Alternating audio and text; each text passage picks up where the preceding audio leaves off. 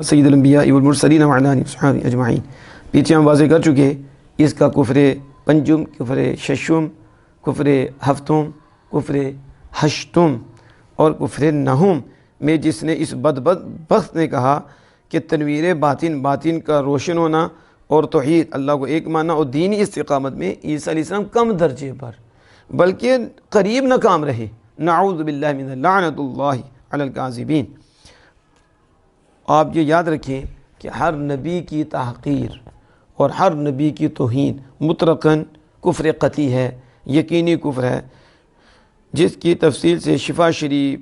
شروع شفا، سیف مسلول، امام تقی الملت والدین سبکی، وروضہ امام نووی، وجیز امام کروری و اعلام امام حجر مکی وغیرہ تصانیف ائمہ کرام کے دفتر گونج رہے ہیں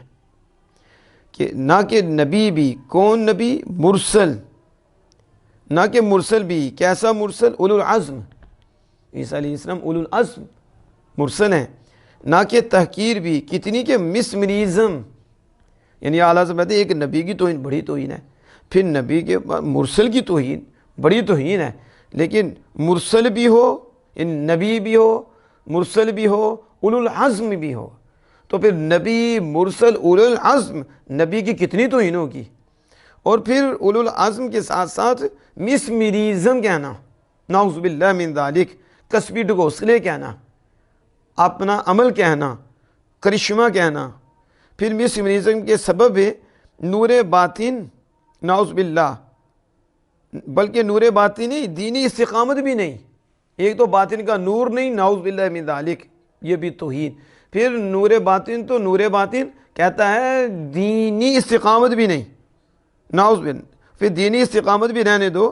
بلکہ نفس توحید میں بھی کم، نعوذ باللہ من ذالک، اللہ کی توحید میں بھی، جو اللہ کی توحید بتانے آئے ہیں، لوگوں کو اللہ کی طرف بلانے آئے ہیں، اللہ کی طرف پہنچانے کے لیے آئے ہیں، بلکہ کہتے ہیں کہ بلکہ نفس توحید میں بلکہ کم درجہ میں بھی نہیں بلکہ ناکام رہے، تو یہ کم درجہ بھی نہیں، اس میں بھی نعوذ باللہ من ذالک ناکام رہے۔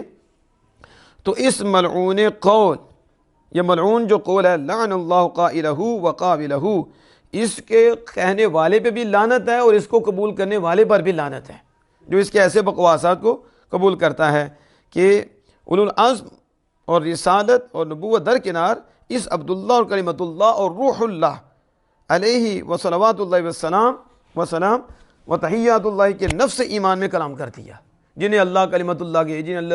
روح اللہ کہے، جنہیں اللہ عبداللہ فرمائے، اور عبداللہ ذکر وہ خود قرآن میں انی عبداللہ، میں اللہ کا بندہ ہوں، ان کے ایمان میں بھی ظالم نے کلام کیا۔ تو اس کا جواب ہمارے ہاتھ میں کیا ہے سوائے اس کے ان الذین یؤذون اللہ ورسولہ لعنہم اللہ فی الدنیا والآخرۃ وأعد عذابا مہینا، بے شک جو اللہ اس کے رسول کو اذیت دیتے ہیں، اللہ کی دنیا اور آخرت میں پہ لعنت ہے اور ان کے لیے رسوا کن اللہ نے عذاب تیار کر رکھا ہے۔